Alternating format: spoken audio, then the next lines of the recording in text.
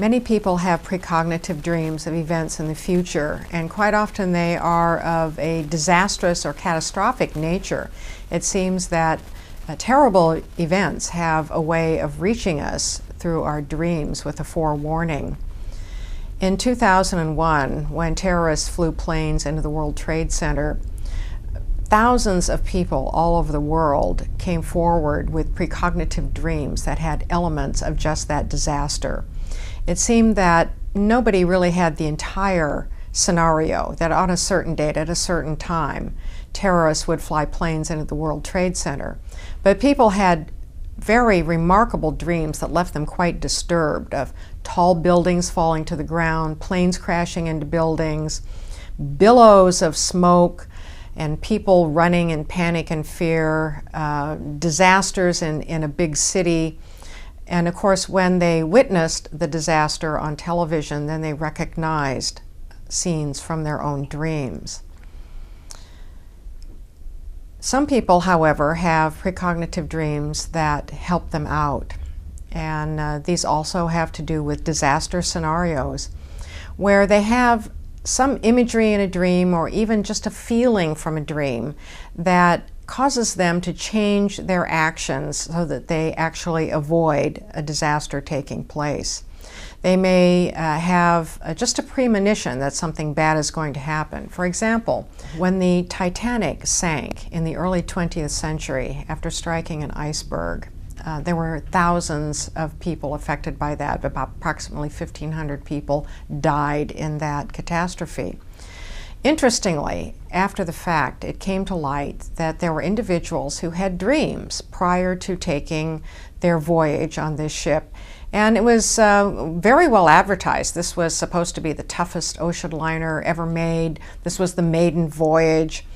And people who had paid a lot of money for tickets had dreams that caused them to pass on the trip. And some of the dreams had to do with just bad feelings, that something was dreadful was going to happen on the journey. They had dreams of the ship sinking, and so they decided to stay home. And as a result, their lives were saved. Some people were saved by very odd premonitions, like being late for the ship. And they overslept and so didn't make it to the launch, and then discovered later that had they been on time, they would have been on board and possibly might have perished in that disaster. So our dreams of the future can work both ways. They can alert us to things that are coming on the timescape, things which we might have no control over changing the course of those events. But on a personal level, they can also help us make decisions to avoid disasters. This works on a much more personal level as well. A precognitive dream does not have to be about a big disaster. It could just be about something that's going to cause you a problem in the next day or so, or an obstacle, or perhaps help you avoid an accident or an unpleasant situation.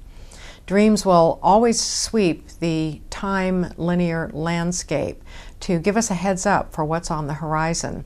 And if we pay attention to our dreams, then we understand the difference in our dreaming, because precognitive dreams are always different from ordinary dreams. They have a different energy, different symbolism. People realize that they are distinctly different from ordinary dreams.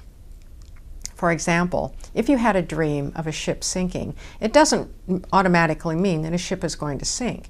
It could be symbolic of your own ship sinking, something that you've been involved in is going down. But when a precognitive dream happens, there are remarkable symbols for all people, distinct to the dreamer, very individual, that mark that dream as different.